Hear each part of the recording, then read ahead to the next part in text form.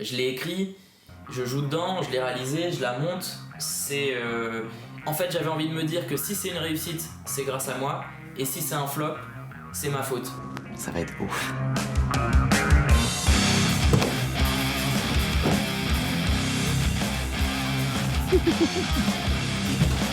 J'ai failli tomber. Allez.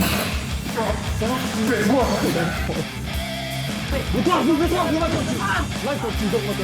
Je stresse, j'ai mal au bide. J'ai jamais une seule fois lu le texte pour de vrai. Parfois j'ai un vrai flingue dans les mains. Elle tombe bien là.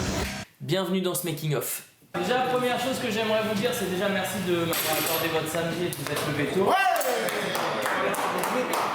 Il faut savoir que la journée va être super intense, donc je vais vous demander vraiment d'être le plus réactif possible. Bien sûr, on a envie de faire des blagues, qu'il y ait une bonne ambiance, mais dès qu'on vous demande un truc, faut pas perdre de temps parce que justement j'ai le spectacle après, on peut pas se permettre d'avoir de retard. Ce qui va se passer, c'est qu'en gros, il va y avoir du monde d'abord près du guichet. Nous, on va arriver, je vais vous demander d'être le plus naturel possible. C'est dès qu'il y a un braquage, certains vont vouloir crier, vous criez. Si vous êtes pétrifié, vous êtes pétrifié. Mais l'idée, c'est qu'on va être plus ou moins violent avec vous. Alors ça va pas être super agréable, mais il faut que ce soit réaliste. Donc on va vous mettre au sol, vous mettez à terre, et la position que vous allez avoir au sol, il faudra la garder toute la journée. C'est-à-dire que vous repérez où est-ce que vous allez vous allonger. C'est chaque fois que je vous demanderai de refaire la scène, qu'on va refaire plusieurs fois. Il faut que vous refassiez la même chose au même moment. Essayez de repérer comment ça se passe, ce qui se passe autour de vous. Gardez bien les yeux ouverts. À quel moment de la scène vous faites les choses pour qu'on puisse s'y retrouver. C'est clair pour tout le monde? Ok. L'idée de cette vidéo m'est venue en voyant un prank sur internet où t'avais un mec et un complice qui faisait semblant de se faire agresser à un distributeur automatique, donc devant une banque. Et il y a un gars qui voit le mec se faire menacer, il est intervenu, il lui a mis une droite et il lui a pété le nez. Moi je trouvais que c'était juste normal parce que quand tu mets les gens dans une situation extrême pour voir leur réaction, c'est normal qu'il se passe quelque chose de fou. Et les gens, pour se faire remarquer sur internet, ils vont de plus en plus loin et au final ils se rendent plus compte de ce qu'ils sont en train de faire. J'ai voulu montrer cette évolution et le fait que les gens veuillent un buzz à tout prix et du coup voilà, ça donne un braquage de banque en live sur YouTube. Top figure. Action.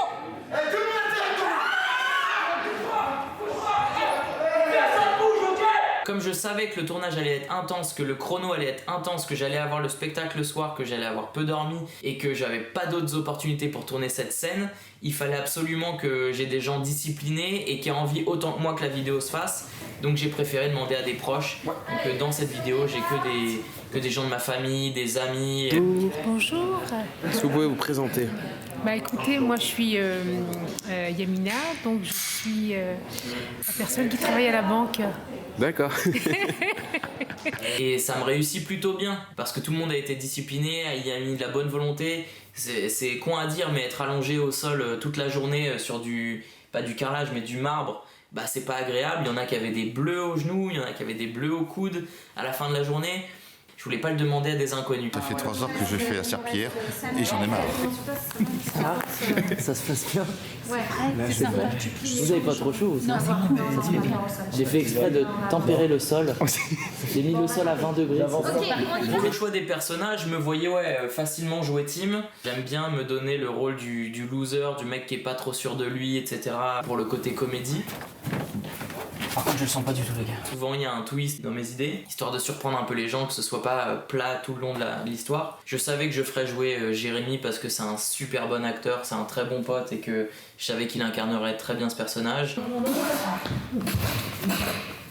Ça va? Baise-moi. Ça fait merde. Dégueulasse. Kiffant à faire. Ensuite, Yvix a été une demande qui est resté longtemps en suspens, c'est-à-dire qu'il m'a dit oui mais il savait pas quand est-ce qu'il aurait le temps et on avait peur que les dates collent pas et du coup il y avait vraiment un suspense jusque la semaine avant le tournage. Pour Lucas c'est pareil, quand il a su qui y aurait dedans et quand je lui ai pitché l'idée il m'a dit oui direct et du coup ça s'est fait plutôt naturellement. J'avoue que j'avais pas pensé à Lucas au début en tant que geek. Et puis c'est mon pote Kaza qui m'a dit mais pourquoi tu proposerais pas à Lucas? Et quand il me l'a dit, je me suis dit mais ouais mais il collerait tellement. Et quand je lui ai proposé, ça s'est fait naturellement. On a déjà 5000 commentaires. Par contre, il y en a plein qui doutent de notre sincérité. Et je pars en... Tu vas pas laisser finir. Les comédiens étaient trouvés, les figurants étaient trouvés. Il restait le lieu, j'avais pas les moyens de payer une banque, j'avais pas le moyen de payer un lieu qui ressemblait à une banque, du coup je me suis arrangé avec Webedia qui est une entreprise avec qui je travaille régulièrement. Ils m'ont prêté leur hall, seulement comme c'est une entreprise, il y a du passage tout le temps, donc le seul jour où je pouvais l'avoir gratuitement c'était le samedi quand c'est fermé, parce que le dimanche les techniciens j'aurais dû les payer double et c'était déjà galère pour les payer une journée normale. La Française des Jeux ? C'est ici la FDJ ? Non, c'est pour l'Esport Arena. Pour le montage du décor, venez avec moi, monsieur. Venez. C'est par là-bas. Venez. Il a pas l'air de savoir pomper les balles. C'est un vrai bonheur. Le mec il se dit, il y a des mecs avec des armes et il se dit bah je vais y aller. Donc on a tourné le samedi et le samedi moi j'avais mon spectacle donc c'était double contrainte. C'était le seul moyen d'avoir le lieu, le seul moyen d'avoir tout le monde de dispo. Donc je me suis dit allez on va essayer de venir plus tôt et tout rentrer dans un petit temps plutôt que de reporter encore ce tournage et de se dire on n'a pas l'argent on peut pas le faire. Je stresse, j'ai mal au bide. On est en avance. La pression a été présente du matin jusqu'au soir, sachant que pour moi elle était présente la veille. C'est la veille je me disais alors j'ai tel plan à faire, si je dois faire sauter un plan, lequel je fais sauter, je réfléchissais comme ça. Je me suis dit j'espère que Yvick va se lever parce que je savais qu'Yvick finirait tard le jour même. J'ai dit à Yvick qu'en fait on était le soir, c'est pour ça qu'il faisait nuit. Parce qu'il n'a pas l'habitude de se lever si tôt. Du coup il me croit là, je lui ai dit qu'il était 20h. Ça passe. Il est bien tard, hein, t'as vu il est tard. Ah, il est minuit et demi là. C'est plein de trucs qui rentraient dans ma tête, ce qui fait que j'ai très peu dormi. Et je suis parti plus tôt que tout le monde, j'étais le premier sur le lieu de tournage pour pouvoir faire mes repérages, commencer à dire à l'équipe la lumière, voilà on va la placer là, etc. Et tout le long du tournage j'avais un chrono dans ma tête. À chaque séquence j'avais tic tic tic tic tic tic tic. Est-ce que je prends du recul? J'ai passé mon temps à demander à Yasmina on est en retard là ou pas? On est en retard? T'es sûr on n'est pas en retard? Ok. Et on avançait comme ça. Et je faisais en sorte de mutualiser des plans, c'est-à-dire que des fois j'avais deux plans qui étaient séparés. Et vu que la light était posée de manière à ce qu'on puisse mutualiser les deux, et on tournait les deux d'affilée. C'est ça qui m'a fait gagner du temps et qui a fait que j'ai pu rentrer cette vidéo, en tout cas cette partie de la vidéo en une journée. C'est quoi le programme maintenant? Je vais foncer au théâtre. Putain, j'ai tellement pas le temps aujourd'hui. Je fonce au théâtre, je joue mon spectacle. Après, je mange. Après, je vais jouer au Paname à 23h45. Je vais finir à 1h du matin. Ensuite, je rentre chez moi. C'est pas des journées. Je me suis levé à 6h, j'ai dormi 3h. Qui fait ça? La chaîne, c'est pour faire des vues. Ouais, mais je suis pas payé. Nous, on fait ça gratuitement, pas payé, c'est même pas pour nous. Ah ouais, j'avoue. On a du sang dans la bouffe et tout. Bon, allez. Ouais, la situation c'est qu'il y a eu énormément de bouchons. Donc même si on a fini à l'heure, j'arrive pas à l'heure. Donc je vais arriver à mon spectacle à 20h10. J'ai ma première partie qui est déjà sur place. Je suis censé filmer le spectacle, c'est moi qui ai la carte. Je vais essayer d'arriver direct par les coulisses, de filer la carte, qui mettent en place la caméra et de commencer direct le show avec énormément d'énergie. Parce que je suis un mec dynamique. Et autre question, il y en a à qui on a offert les places? Ouais, on vous les a offert pourquoi? Pour faire des travaux chez ma sœur. C'est vraiment ça quand même. C'est un échange. Alors si tu me construis ma cuisine, je te paye une place pour Hakim. Ah ouais. Elle vaut combien sa place?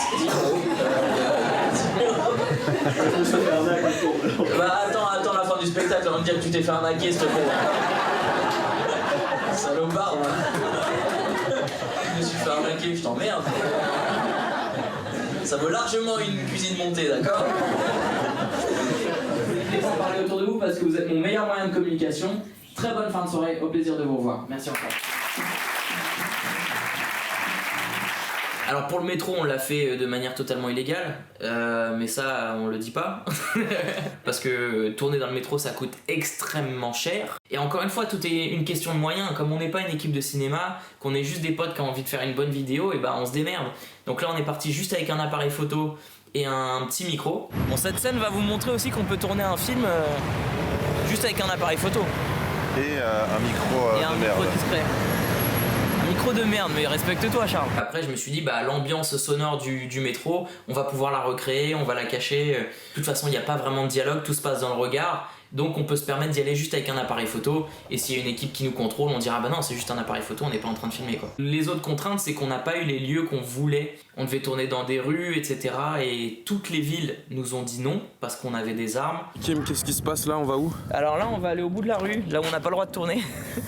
Et on va préparer ce plan. J'adore parce que les gens me regardent chelou parce que je me balade comme ça avec un flingue. Et j'ai quand même dit ouais, à terre, enfin bon, particulier quoi. Je te fais une proposition accessoire, tu me dis. Non? Non? Ouais. Ok. J'en aurai une autre. C'est la dernière. Vous êtes chaud?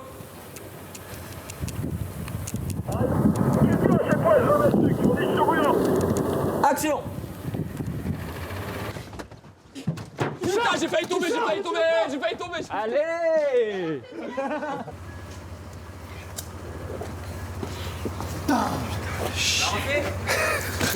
Bon, toi, tu viens avec nous. T'es armé? T'as quelque chose sur toi? Tu fais quoi ce soir? J'ai un club échangiste. Et comme on est en état d'urgence depuis 3 ans, donc c'est une urgence qui est en attente, et au final on a dû se débrouiller, et comme j'avais vraiment envie de le faire, et on s'est démerdé pour tourner dans des impasses en espérant que les flics passent pas ou que les gens appellent pas les flics parce que ça peut vite mal tourner. Action! Comment ça, il est pas là?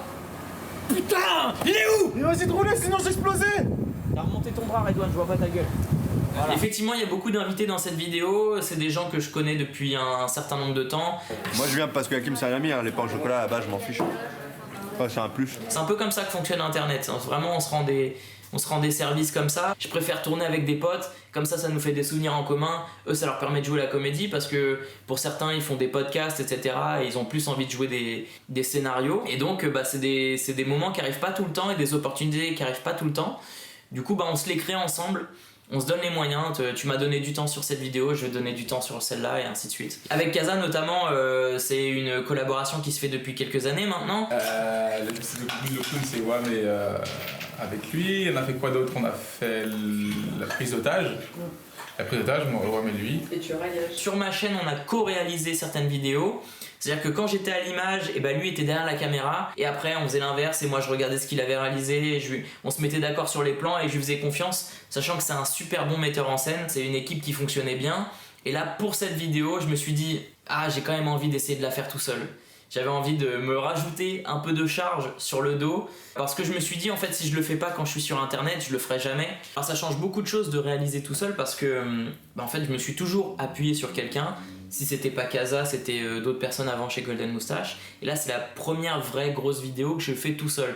J'avais fait bien Capitaine France tout seul, mais c'était pas du tout les mêmes moyens, c'était fait avec une caméra, pas de lumière, rien, enfin c'était n'importe quoi. Sérieux? Théma, sur Twitter ils m'appellent tous Effenman. Ah merde. Peut-être j'ai poussé la symbolique un peu trop loin. Et le réalisateur c'est pas celui qui choisit uniquement où est-ce qu'on pose la caméra, c'est aussi celui qui va diriger les comédiens. Et l'idée c'est qu'il faut pas braquer un comédien qui arrive pas à faire une phrase par exemple. Mais non, on les garde au début, juste. Mais non, on les garde au début, juste histoire d'être crédible. Et puis quand on a loser. Arrête de taper s'il te plaît. Ouais, en fait, c'est pour ça. J'arrive pas. Je me force. Ok, attends. Mais non, les gars. Si tu veux, je te le fais. Tu relances. Tiens. Mais du coup, on met des cagoules ou pas? Mais non, on les garde au début, juste. Putain, c'est juste histoire. Ah, tu vois, j'avais pas tapé là. Mais pas... Non, faut d'abord. Bah, en fait, parce que t'as pas tapé que ça m'a. Dis pas le juste. Ok. Mais non, on les met au début, histoire d'être crédible, ok. Et puis tellement le mec détestable, c'est fou. Vas-y, go. À ton avis.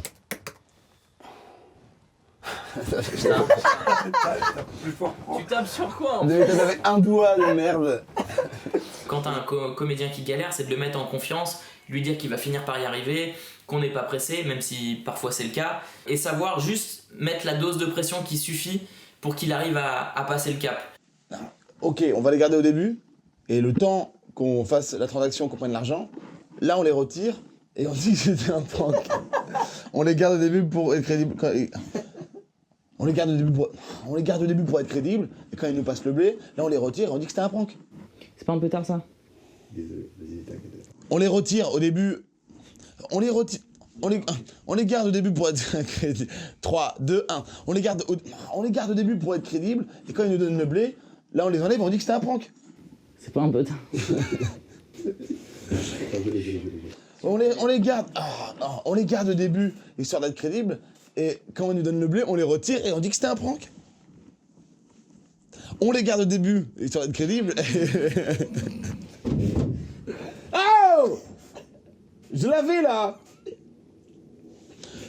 Bon, les gars, il y a une crise là, ok? On les garde au début, histoire d'être crédible, et on les retire après, quand ils nous ont donné l'argent, et on dit que c'était un prank. J'en profite pour filmer le making of. Les gars, on va vraiment se faire piège, il nous reste un insert, ça on l'a sur 1000 axes. Ouais. Donc si on l'a déjà Oh, fini, les gosses. on arrête. Et sinon vous la finissez, mais on va pas reprendre 15 minutes. Non, on va Vas-y, la voir. On va la voir, Yamina. On a déjà Yasmina. 3 plans là-dessus. On va la voir. Vraiment, on a la remballe derrière. Si on la fait pas là, tu peux ouvrir et on part. Maintenant, Ou jamais. Oui. sinon on passe à l'insert. Ok, vas-y, ça va bien se passer, vas-y. Et on les garde. Ok, je pars à prank. Ok, je pars à prank, ok? Ok. On est bon? Je pars à prank. Vous êtes prêts, les gars? Allez, concentrez les gars. Allez! C'est là bon. On le fait pour Yasmina. Allez. Allez. Prank. C'est pas un peu tard ça? Jérémy, allez. On est en train de la faire, c'est toi qui nous as empêchés là. Prank. C'est pas un peu tard ça? Ben non, justement, entrer et juste faire peur aux...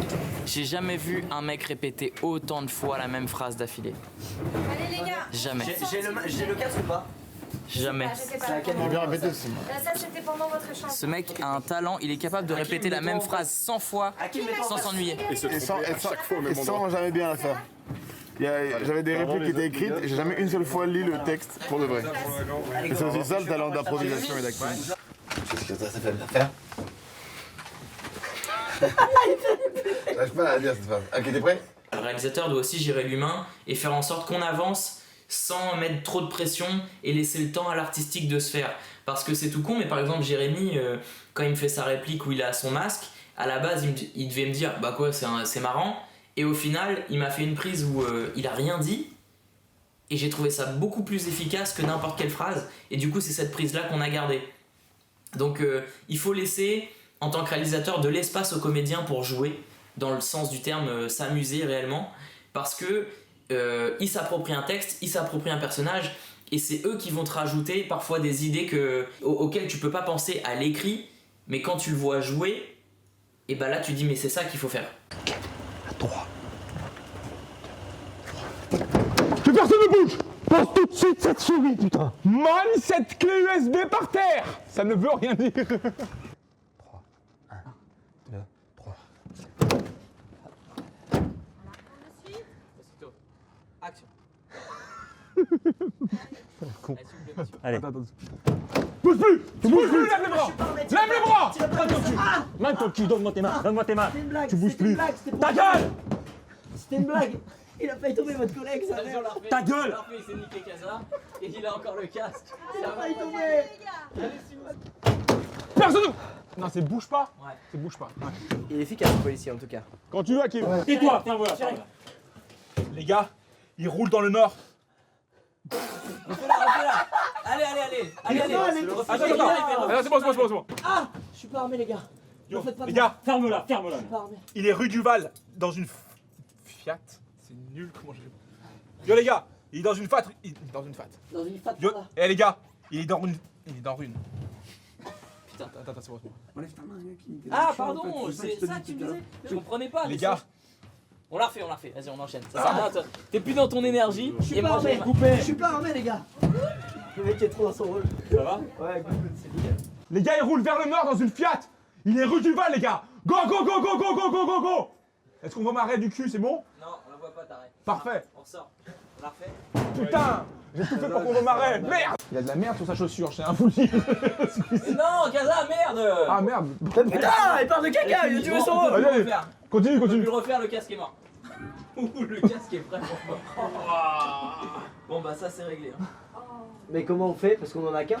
Bah écoute, ah putain mais ouais. Ah si, mets du gaffeur, Par contre, sur le plan, c'est où?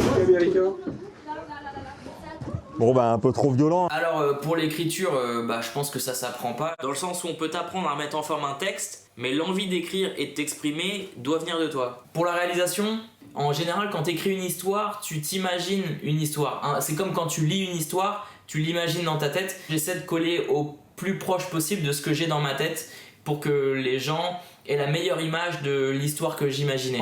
Jérémy, tends ton bras. Voilà, relève le canon.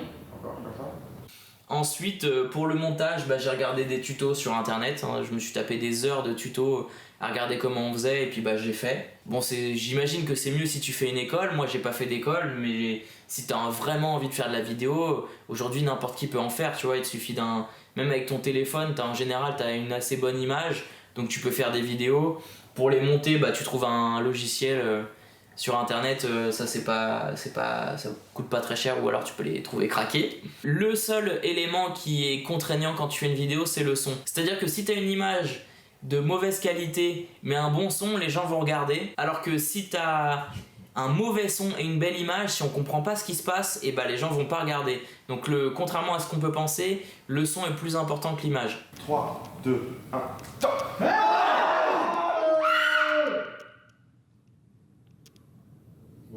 Pour la bande son, j'ai les contraintes de droit d'auteur, je peux pas utiliser les musiques que je veux sur YouTube. Donc là j'ai fait appel à des potes, c'est leur groupe, voilà. C'est la musique qu'on entend quand on sort du fourgon, qu'on arrive au ralenti et qu'on fait le braquage. D'ailleurs si vous voulez écouter leur album, je mettrai le lien sous la vidéo. Je pense que c'est le meilleur moyen de faire de bonnes vidéos, c'est de faire des collaborations. C'est-à-dire que vous trouvez des potes qui ont envie de faire de la musique ou qui ont envie de faire connaître leur musique et qui sont talentueux mais qui n'ont pas encore de la visibilité. Vous, ça vous permet d'utiliser des bons sons sans avoir à payer des droits et tout le monde est gagnant. On fait appel à des gens qui sont motivés et qui disent ok vas-y mets-nous en avant et nous on te met en avant. Et ils sont aussi au sol dans la banque, c'est ça qui était cool, c'est qu'ils ont, je leur ai fait un petit clin d'œil, je leur ai dit quitte à utiliser votre musique autant que vous soyez là. Donc le groupe est présent dans la banque, on peut les voir avec une sauterelle et un string notamment au sol. Donc voilà, si vous avez aimé leur son, n'hésitez pas à les soutenir. J'ai toujours rêvé de faire ça. Quand j'ai fait un scénario la plupart du temps et que je veux le réaliser, je fais ça. Une sorte de storyboard, c'est-à-dire que là par exemple c'est l'arrêt de la voiture, remonter sur ma tête, etc. Parce que moi ce que j'ai en tête, les gens qui vont bosser avec moi, ils l'ont pas. En fait, ils ont eu le texte, ok, mais ils savent pas combien de plans je vais faire, comment je vais le réaliser. J'ai besoin de faire ça pour leur dire, il va y avoir tant de plans à faire, et voilà, celui-là il est compliqué, celui-là il est simple. Là on comprend qu'on est 3 à l'arrière du fourgon, là on comprend que j'ai l'ouverture de porte, il y a les duos de chacun, il y a le plan sur l'insert d'écran, il y a la GoPro, il y a le fisheye d'Evic qui nous dit ouais ça va commencer, etc. En gros ça, même si c'est pas super bien dessiné, ça aide. C'est-à-dire que non seulement tu vas leur montrer les dessins, mais tu vas leur expliquer, tu seras là à côté pour leur dire ce plan là c'est ça, ce plan là c'est ça. Ça. Voilà. Une fois celui-là. Bon, c'est de l'autre côté, tu vois, mais t'as compris. Et ça permet aux gens de visualiser, notamment celui qui est derrière la caméra ou qui tient la caméra. Et ça lui permet de faire des plans qui correspondent à ce que toi tu attends. Et donc là, la sortie du fourgon et la marche, tu vois, j'ai fait un point pour faire genre c'est la même case. C'est pas un truc d'école ça c'est un truc que moi j'ai dit à mon cadreur. J'ai dit ça, le point là, ça veut dire que c'est la même image, d'accord, tu vois. Donc t'inventes tes codes, et tant qu'on comprend ce que t'as envie de faire, c'est l'essentiel. La première assistante qui était Yasmina, te dit si tu as imaginé trop de plans, si ça rentre ou pas dans le temps imparti de ta journée. Ça dépend de combien de temps on est à je suis là. Nous on avait aussi la contrainte du soleil, c'est-à-dire qu'on a tourné en hiver, et donc en hiver il faisait nuit vers 16h30, et comme on tourne une vidéo qui est censée se passer entièrement dans la journée, et fallait tricher, on a tourné tous les plans qui étaient face aux vitres, aux fenêtres extérieures le matin ou quand il faisait jour, et tous les plans qui étaient à l'opposé quand il a commencé à faire nuit, en rajoutant de la lumière pour faire croire qu'il faisait encore jour. Donc ça c'est aussi des choses à prendre en compte, à savoir si ça rentre dans ton planning. Allez les gars, on se concentre, on y va, ça tourne. Si j'ai un mot à dire à ceux qui veulent faire des vidéos ou ceux qui veulent faire du stand-up, ou mon conseil c'est faites, en fait, attendez pas quoi que ce soit, prenez des potes qui sont motivés ou regardez sur internet des gens qui sont motivés, rentrez dans des groupes, faites-le par plaisir et au fur et à mesure vous allez prendre de l'expérience et plus vous allez prendre de l'expérience, plus vous allez savoir si vous avez vraiment envie de faire ça. Et si c'est le cas, vous allez vous perfectionner et au fur et à mesure, quand vous serez bon, on vous appellera pour des choses rémunérées. Mais au début, il faut le faire par passion. Il faut vous dire qu'il y a un long chemin avant qu'il se passe quelque chose, mais si vous le faites vraiment par passion, et bah, ça va se ressentir. C'est tout ce que j'ai à vous dire. Si vous avez envie de faire les choses, faites-les. Alors Hakim, Je suis explosé. Je suis archi fatigué. on est sur la fin là, non? Ouais, on est sur la fin. C'est la fin de ce making of. Si ça vous a plu, évidemment, abonnez-vous à la chaîne, mettez un petit like, mais aussi abonnez-vous à Jeffrey qui a filmé tout ce making of et qui m'a suivi durant ce tournage.